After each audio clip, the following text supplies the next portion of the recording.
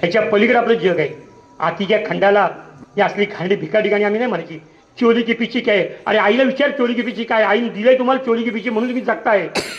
असं म्हणतात की आईच्या छातीत दुधाचं 2 थेंब तयार होतात ना, तर रक्ताची 4 थेंब संपतात किंवा आईच्या छातीत दूध बनतं. 3 वर्ष आम्ही आईचं दूध पितो, 3 वर्ष. मग ते संस्कार कुठे होतात माझ्या आईच्या दुधाचे?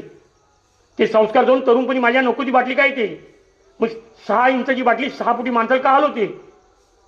का असं होतं? संस्कार जातात कुठे माझ्या आई वडिलांचे? माझ्या आईनं खस्त्या खाऊन मला घडवलं, माझ्या वडिलांनी माझी खूप काही कष्ट केले, ते सगळे विसरून आम्ही नको ती का करतो बाळांनो? गुटखा खाणं. आणि हल्ली मुलांना जर एखादी हे नसेल ना मैत्रीण, तर लोक त्याला हसतात. मैत्रीला मित्र नसेल तर काकू म्हणतात तिला, काय हरकत नाही. पण ह्याच्या पलीकडे विश्व आहे बाळांनो, ह्याच्या पलीकडे जग आहे. आमचं लक्षात ठेव.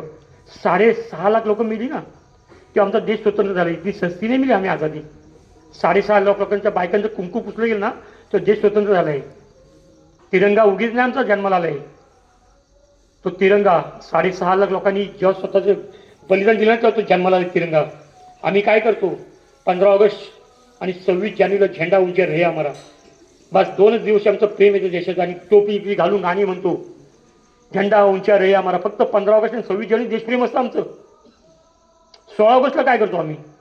26 जानेवारी नंतर 27 जानेवारी होती तेव्हा काय करतो आम्ही? ज्या झेंड्याला काल सलाम केला, तो झेंडा 16 ऑगस्टला 27 जानेवारीला कुठेतरी गटारीत पडला असतो. आम्ही उचलतो का त्याला? तो उचलला पाहिजे, धुतला पाहिजे. आणि ज्या कॉलेजला शिकतो तिथं, सर ही माझी देशाची अस्मिता आहे, हा गटारीत पडला होता, कपड्याला लागू दे घाट. तिरंगा आहे माझा तो. स्वातंत्र्य, समता आणि बंधुत्वाचा रूप असलेला माझा तिरंगा आहे तो. तो शाळेत कॉलेजला नेऊन द्यायचा, सर 6.5 लाख लोकांनी बलिदान केलं, माझा देश स्वतंत्र झालाय.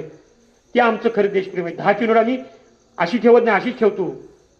चुकून आमच्या ज्येष्ठांना पाय लागला तर आम्ही झटकन पाया पडतो. कारण आमच्या आईने आमच्यावर संस्कार केले.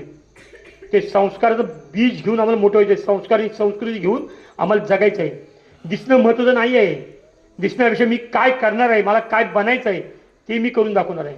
3 शब्द होते: शिवाजी.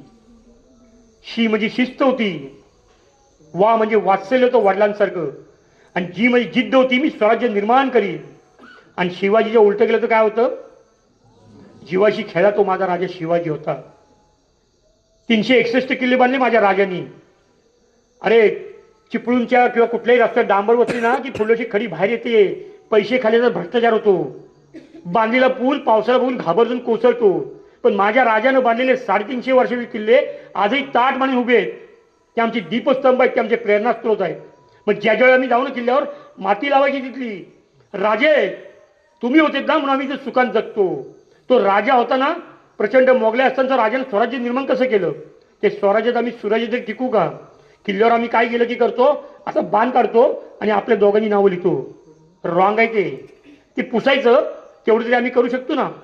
ज्या राजांनी मावळ्यांनी माझ्या 350 वर्षापूर्वी किल्ले बांधून ठेवलेत, ते आमचे दीपस्तंभ असले पाहिजेत. त्यातून आम्हाला प्रेरणा घ्यायची आहे. ते आमचे आदर्श असले पाहिजेत.